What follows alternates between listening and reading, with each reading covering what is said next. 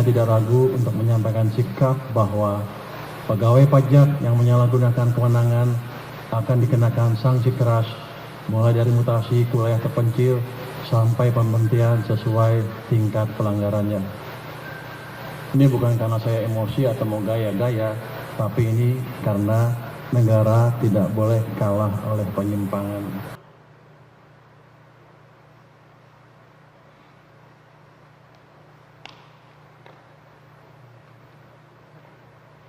Arahan Menteri Keuangan Republik Indonesia yang terhormat Bapak Purbaya Yudi Sadewa disilakan.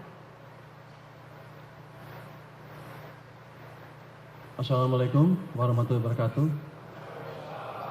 Selamat pagi, salam sejahtera bagi kita semua.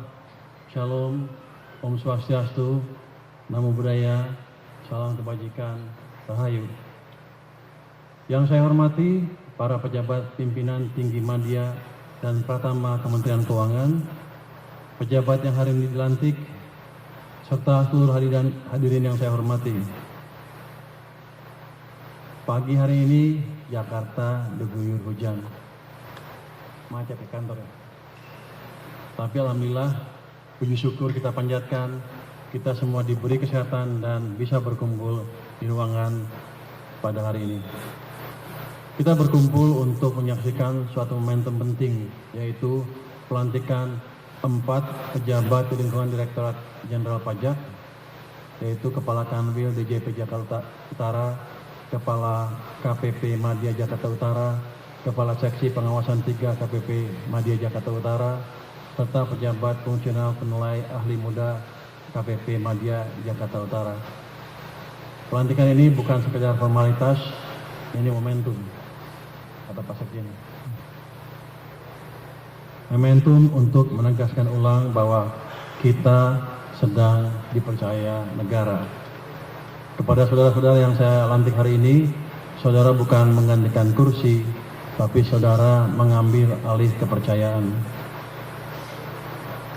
Kepercayaan negara, kepercayaan rakyat kepada kita. Dan kepercayaan pegawai pajak yang setiap hari bekerja lurus, kerja benar, dan menjaga marwah Kementerian Keuangan. Dan saya menyampaikan terus-menerus bahwa kepercayaan itu mahal, membangunnya lama, mungkin bisa seumur hidup kita, sepanjang karir kita di pajak maupun di Kementerian Keuangan. Tapi rusaknya gampang saja. Kalau kita salah langkah, 1 detik, 1 hari sudah rusak semua cita yang baik kita bangun bersama-sama. Bisa hanya dengan 1 kejadian aja, kita bisa langsung ambruk kalau kita tidak mengambil langkah-langkah yang tepat, yang diperlukan, yang bisa mengembalikan kepercayaan masyarakat.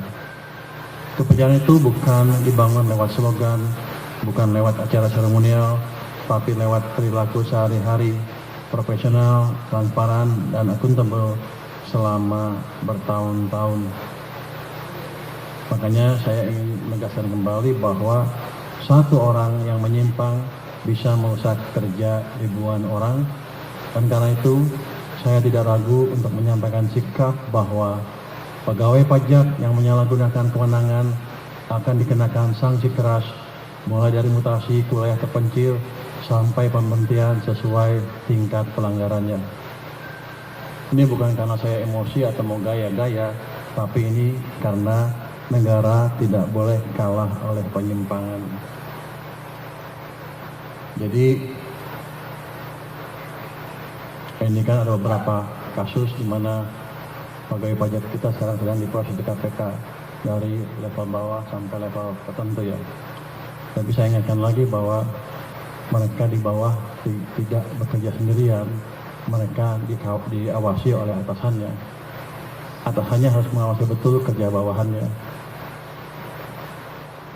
Jangan sampai terlibat, tapi jangan juga sampai dikibulin, bawahannya main-main, atasannya nggak tahu. Jadi saya ini, kita ambil langkah strategis sampai ke level Kakanwil, kita mutasikan. Ini juga peringatan untuk pegawai pajak yang lain, mungkin juga bea cukai sekaligus, dan pegawai Kementerian Keuangan yang lain, bahwa atasan bertanggung jawab atas tindakan di bawahnya. Jadi semuanya harus mengawasi dengan lebih seksama tindakan di bawahnya. Nanti ini saya duga bukan yang terakhir. Mutasi ini kita akan lakukan dalam 1 bulan ini yang lebih ramai lagi, yang lebih besar-besaran lagi. Bukan karena ada indikasi penyelewengan atau apa, tapi kita lihat ada beberapa kerjaan yang tidak dikerjakan sebagaimana seharusnya. Jadi teman-teman nanti tolong pastikan Anda bekerja dengan baik, karena image-nya bukan saya, bukan Anda, tapi image pajak dan keuangan. Dan yang paling penting lagi itu bisa berpengaruh kepada pendapatan negara kita yang setahun kemarin kita sulit sekali meningkatkannya. Saya yakin dengan teman-teman yang lebih baik nanti ke depan harusnya deh target pajak kita masih bisa dicapai. Saudara semua memimpin unit di garis depan. Di situ wajib pajak datang, dunia usaha datang, di situ kepercayaan negara dipertaruhkan. Jadi nanti kalau ada yang nawar-nawar, bawa backing, kasih tahu saya, kita beresin rame-rame bersama ya. Jadi jawaban saudara bukan hadiah, tapi amanah. Ini menentukan NKRI, bukan pendapatan aja. Kalau fiskal kondisinya berantakan, maka kepercayaan kita akan berantakan juga. Itu bisa mengaruhi keutuhan NKRI pada akhirnya ya. Jadi perang Anda ya nggak main-main nih. Main, gue lanjut ke situ. Sini masalah ya. Perang Anda nggak main-main. Anda main-main, kita bisa susah semua. Satu negara ya. Seluruh jajaran Kementerian Keuangan yang saya banggakan, Presiden sudah memberi arah jelas lewat Asta Cita. Kita diminta mendorong pertumbuhan ekonomi yang lebih tinggi, inklusif dan berkelanjutan.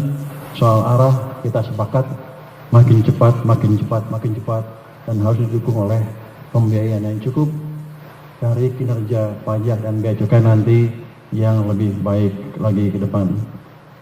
Tapi kita juga harus lihat konteks 2026.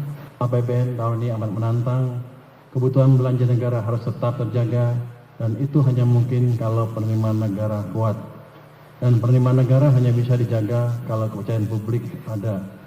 Karena itu, kepada pejabat yang baru dilantik, saya minta langsung kerja. Segera koordinasi internal, segera konsolidasi internal juga, tetapkan strategi dan pastikan organisasi bergerak untuk mengamankan target penerimaan negara. Ini jadi bukan pilihan, ini mandat yang harus kita kerjakan. Saudara-saudara semua, kita saling bicara fraud triangle. Kedengarannya teori, padahal simple. Oh, saya baru tahu juga nih. Yang ngarang Pak Sekjen. Satu, triangle yang pertama adalah tekanan. Tekanan hidup, tekanan lingkungan, tekanan gaya hidup, kadang tidak kelihatan. Makanya pimpinan harus kenal orangnya, bukan cuma pekerjaannya. Dua, kesempatan. Kalau berpengawasan longgar, SOP bolong, kewenangan tidak dikendalikan, maka kesempatan muncul. Dan kalau kesempatan muncul, udah itu, tinggal tunggu niatnya. Rajin ke masjid apa enggak? Ntar ke masjid, mintanya doanya biar diputihkan. Nggak boleh. Tuhan mainnya keras, kalau melanggar Anda disikat aja nanti. Nggak ada pemutihan di bukunya Tuhan kan. Sama, di kita juga sama. Dan sisi yang ketiga dari triangle itu adalah pembenaran. Ini yang paling bahaya. Cuman sekali atau sudah biasa, atau kita bilang semua juga begitu. Atau uang yang dikumpulkan dipakai untuk umroh atau naik haji, dengan anggapan Tuhan memaafkan atau memutihkan itu. Itu yang jadi salah satu angle yang berbahaya. Seperti bersih, tapi merugikan kita semua. Begitu pembenaran dibiarkan, organisasi pelan-pelan rusak dari dalam. Makanya saya tegaskan lagi, pengendalian fraud triangle harus dimulai dari pimpinan. Tapi Pak, saya sudah periksa semua tabungan mereka berapa tahun terakhir, yang termasuk yang di sini. Sepertinya angka saldo tabungannya normal-normal aja, termasuk yang diproses ya, yang sedang diproses. Jadi sepertinya orang pajak dan bea cukai atau keuangan sudah jago memanage saldo di tabungan. Tapi Anda jangan anggap enteng. Saya masih bisa lihat dari tempat yang lain atau orang lain bisa lihat dari tempat yang lain. Jadi yang penting Anda bersih lurus, harusnya nggak ada masalah. Masalah kesejahteraan nanti kami pikirkan, kami dan Sekjen dan tim besa komponen di sini, supaya Anda bisa hidup tenang betul, cukup, tanpa harus melakukan hal-hal yang tidak diinginkan. Kita di Kementerian Keuangan punya 3 lines of defense. Ini pertama, pimpinan dan pegawai operasional. Integritas diuji bukan saat diawasi, tapi saat memegang kewenangan tanpa pengawasan langsung. Itu yang penting ya. Lini kedua, kebijakan, pengendalian internal dan manajemen risiko. Ini bukan penghambat, tapi penjaga jalur. Ini yang ketiga adalah audit internal. Audit bukan mencari kesalahan personal, tapi memastikan organisasi belajar dan membenahi diri. Tapi 3 ini itu kan suka menimbulkan prosedur-prosedur yang khusus di dalam. Memang kadang-kadang prosedurnya dibuat khusus. Nanti Pak Sekjen, Pak Internal Affairs, Pak Irjen dibuat lagi. Yang kusut-kusut dibereskan, jadi nggak ada alasan. Ini saya bypass karena kusut sih buat aturannya. Jadi seolah-olah mereka dipaksa ke arah sana. Ini beresin lagi ke depannya.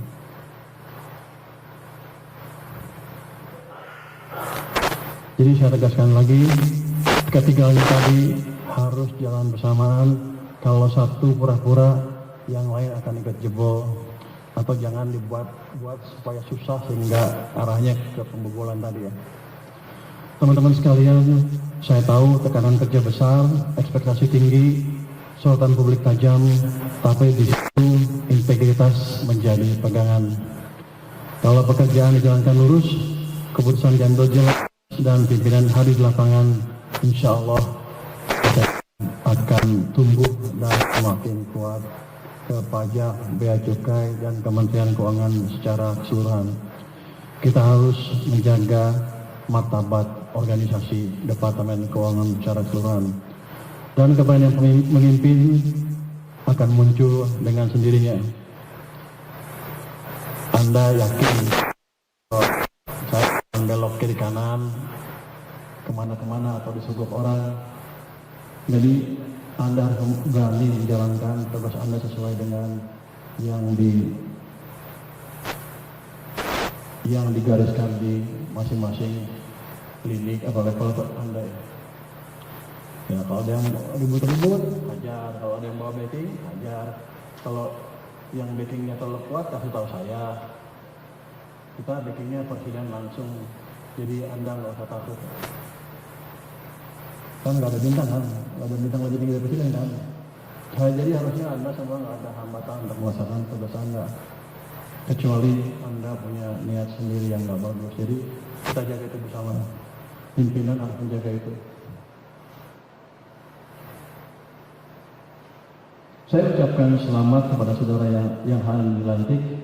Harapan masyarakat ada di pundak Anda, dan saya pastikan pengawasan juga berjalan.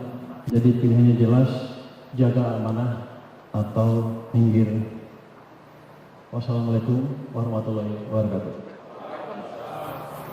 Subscribe, share, like, and comment. Subscribe, share, like, and comment. Subscribe, share, like, and comment.